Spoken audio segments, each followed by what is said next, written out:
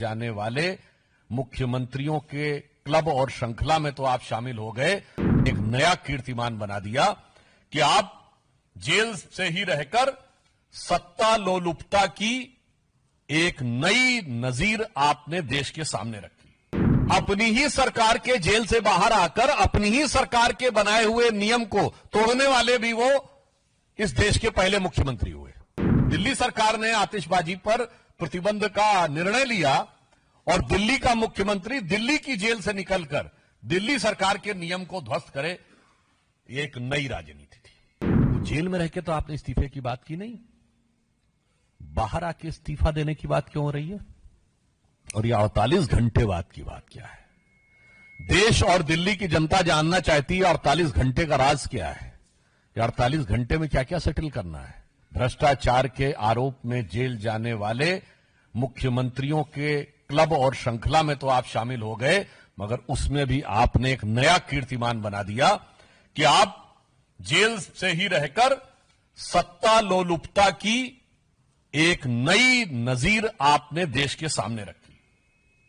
और फिर इतना ही नहीं, जेल से बाहर आकर जिस ढंग की आतिशबाजी हुई, अपनी ही सरकार के जेल से बाहर आकर अपनी ही सरकार के बनाए हुए नियम को तोड़ने वाले भी वो इस देश के पहले मुख्यमंत्री हुए।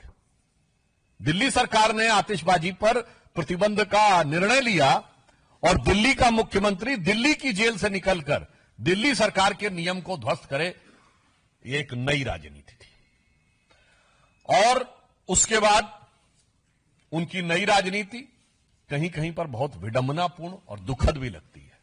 शराब घोटाले में जब इन पे आरोप लगा था तो दिल्ली में दारू का दरिया बहाने वाले लोग महात्मा गांधी की समाधि के ऊपर जाकर शपथ लेने का ढोंग कर रहे थे, जबकि महात्मा गांधी का जो जन्मदिन है 2 अक्टूबर पूरे देश में ड्राई डे होता है।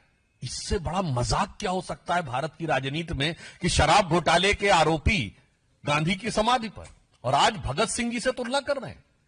आपको याद हो, पहले भी जब इन लोगों ने भगत सिंह जी की फोटो लगाई थी तो भगत सिंह जी के परिवार की तरफ से भी आपत्ति आई थी।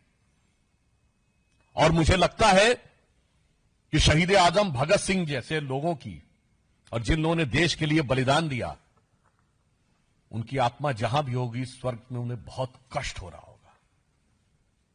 ये वही देश है जिसके लिए राणा प्रताप ने घास की रोटी खाई, जिसके लिए रण में कूदी रानी लक्ष्मीबाई, जिसके लिए भगत सिंह ने फांसी गले लगाई, इसलिए कि एक भ्रष्टाचार का आरोपी गुनहगार आज उनके नाम का उपयोग करे। इसके द्वारा एक सजाए याफ्ता मुख्यमंत्री ने, मैं कह सकता हूं कि शहीद आजम भगत सिंह जी की प्रतिष्ठा को धूल में मिलाने का काम किया है। यह आपत्तिजनक है, भर्त्सना योग्य है और पीड़ादायक भी है। फिर मैं पूछना चाहता हूं कि आप बाहर आए हैं तो जेल में रहकर तो आपने इस्तीफे की बात की नहीं, बाहर आके इस्तीफा देने की बात क्यों हो रही है? और ये 48 घंटे बाद की बात क्या है? देश और दिल्ली की जनता जानना चाहती है 48 घंटे का राज क्या है? ये 48 घंटे में क्या क्या सेटल करना है? क्योंकि आप देश के पहले मुख्यमंत्री बने हैं जो सर्वोच्च न्यायालय के द्वारा प्रतिबंधित है कि आप कार्यालय नहीं जा सकते, कोई फाइल नहीं साइन कर सकते, जिस मुद्दे में आप आरोपी हैं उस पर बयान नहीं दे सकते।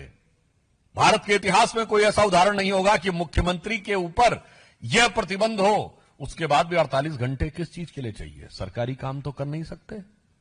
तो कौन सा निजी काम है, कौन सी ऐसी निजी चीज है जिसके लिए आप 48 घंटे की मोहलत मांगने की कोशिश कर रहे हैं?